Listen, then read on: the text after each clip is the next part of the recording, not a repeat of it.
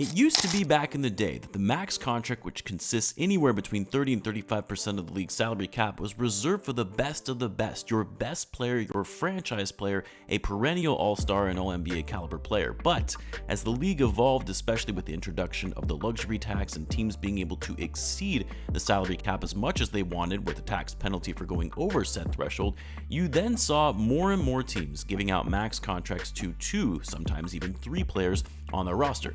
And this was justified when you had 3 all-star level talents on your team that you wanted to retain for the long term. But then the NBA got to a point where max contracts started being given out to fringe level all-stars and more head-scratching max contracts that just didn't seem to make sense. And as we sit here today, that has become more and more apparent with the money being thrown around for good players but not yet all-stars, and one could argue to be high-level role players, handing them max money on long-term deals. And while the market dictates what a player is worth in the NBA, that doesn't mean the market is always right. And teams not considering the ramifications of these max deals could very much backfire on them in the future under the new CBA with the dreaded tax aprons. What do I mean by that? Well, let's talk about it. As always, if you're new to the channel and you like this type of content, then be sure to subscribe to help the channel grow, and in return, I'll be providing more NBA content like this.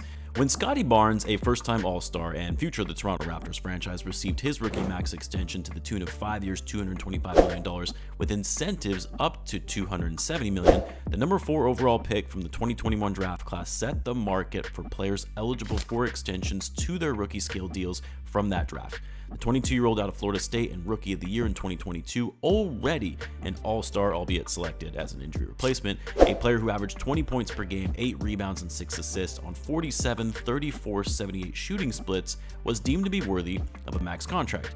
Maybe not necessarily for his play right now, but more so for his potential and locking him up for 5 years from now with the hopes that his contract will look more and more favorable over time with the rising salary cap expected to happen in the NBA. Of course, there are more nuances than that to Barnes getting a max deal. The Raptors obviously traded away some of their best players in Siakam and OG Anunoby to pivot to a rebuild where Barnes would be the focal point of the franchise. And for a franchise that hasn't historically been a free agency destination, locking up Barnes on a max deal was probably in their best interest, even if he wasn't necessarily worth a full max. But just like in the stock market, where if someone is willing to overpay for shares in a company, that drives up the price of the stock, and the new market for said stock or company is now set, even if it's overvalued relative to their earnings and future earnings. Yes, my day job is in finance, so apologies for that analogy. But in short, by Barnes getting that max deal for a player who wasn't overwhelmingly perceived to be some generational talent or future superstar in the making, that set the stage for the entire 2021 draft class, and especially players who were on the same tier of talent as Scottie Barnes, that if, hey, he can get a max deal, why can't I? And thus you saw subsequent max contracts coming from players like Cade Cunningham, the number 1 overall pick from the draft, Franz Wagner, who was taken 8th overall, and now more recently Evan Mobley, who was selected 3rd overall. Now, I mentioned this before, I don't believe anyone from the 2021 draft class was worthy of an early max extension. There was not a clear Luka Doncic or Anthony Edwards type generational talent from this class that at least has shown that thus far anyway.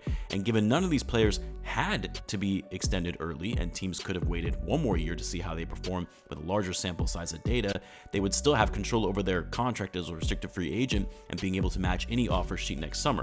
But the problem with Scottie Barnes getting that deal early, the expectation was now set that others should receive the same agreement. And by not extending them early, it could potentially sour the relationship between the player and franchise and could impact their overall play on the court.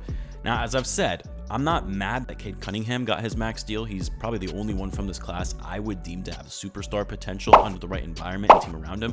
Health right now is the biggest thing for Cade that would have me most concerned if I'm the Pistons. And then for Barnes, I can somewhat understand the need to pay him a max for the reasons I just explained, and the Raptors now building their franchise around him when they haven't historically been a free agency destination. And unlike the other rookie max extensions from this class, he's the only one who has already been selected as an all-star.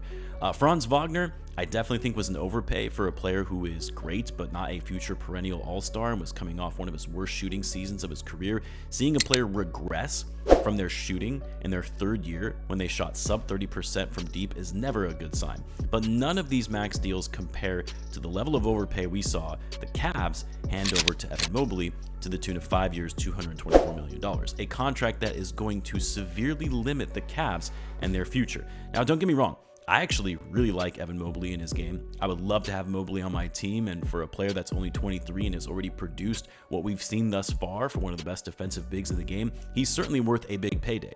But since when should any player with potential receive a max contract when they still have so much to prove in their careers?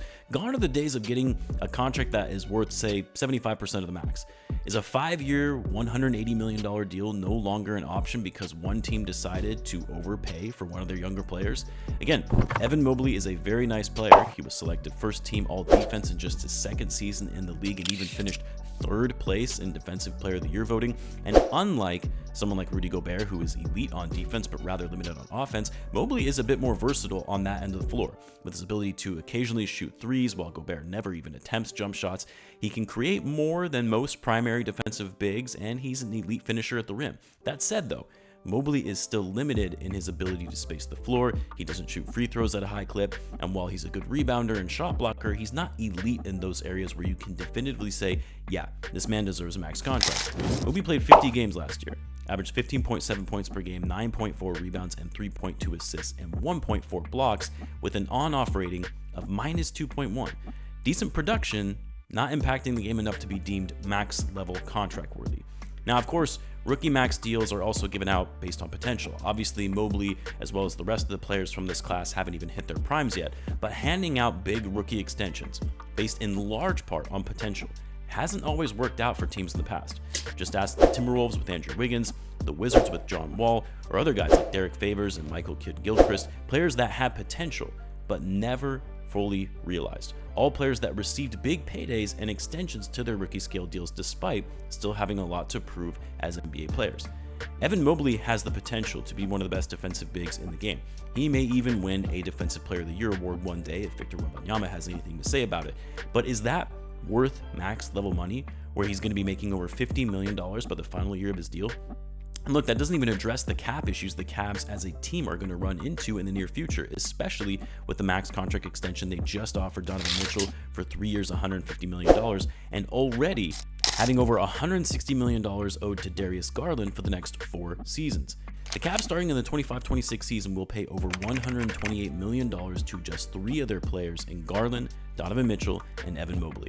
That doesn't even include the $20 million owed to Jarrett Allen on the final year of his deal, bumping that total up to $148 million combined for 4 players, a figure already projected to be over the salary cap for 4 players on the roster. You add Max Strus, who is going to be making near $16 million for the next 3 seasons, and that now puts them at $164 million, just $6 million below the luxury tax line for 5 players in their starting lineup. A roster that is strong, but likely has a ceiling of making it to the conference finals, if that.